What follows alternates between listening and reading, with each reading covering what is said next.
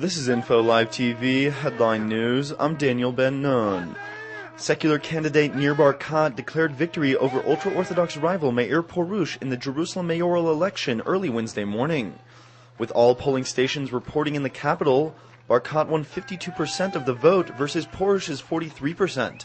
Russian billionaire Arkady Gaidamak came in distant third with just 3.6%. In his victory speech, Barkat declared himself the mayor of all Jerusalemites, pledging to work for those who had voted for him as well as those who had voted for other candidates. He added that he would be working for both the religious, secular, Jewish, and Arab residents of the city. The mayoral race in Jerusalem captivated both the nation and the world as Israelis from across the country flocked to the polls for Tuesday's municipal elections, with Arab and ultra-Orthodox voter turnout exceeding expectations.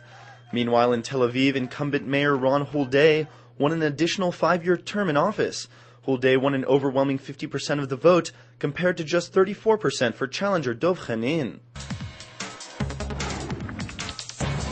Hezbollah Secretary General Hassan Nasrallah lashed out at both Barack Obama and the State of Israel on Tuesday, calling Israelis racist war criminals and expressing skepticism regarding U.S. President-elect Barack Obama's promises of change. The head of the Lebanese-based terrorist group spoke via satellite at an event marking Hezbollah's Martyrs' Day in the Lebanese capital of Beirut.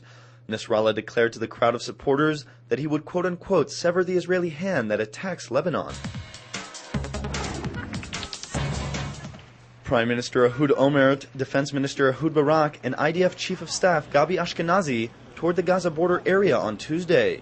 During the tour, Prime Minister Ehud Olmert warned residents of communities in southern Israel to brace for a possible escalation of the hostilities, saying the situation between Israel and Hamas is one of an inevitable clash. Defense Minister Barak also vowed that if Hamas attempts to abduct another IDF soldier, Israel will launch a harsh response on an international level.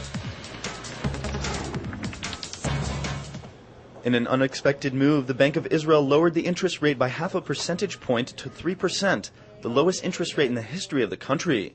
The reduction will go into effect on Friday, November 14th.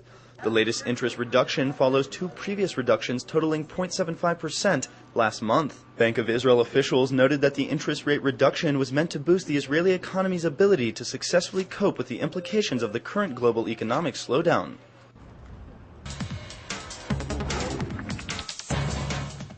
Archaeologists have discovered a new pyramid under the sands of Saqqara, an ancient burial site that remains largely unexplored and has yielded a string of unearthed pyramids in recent years.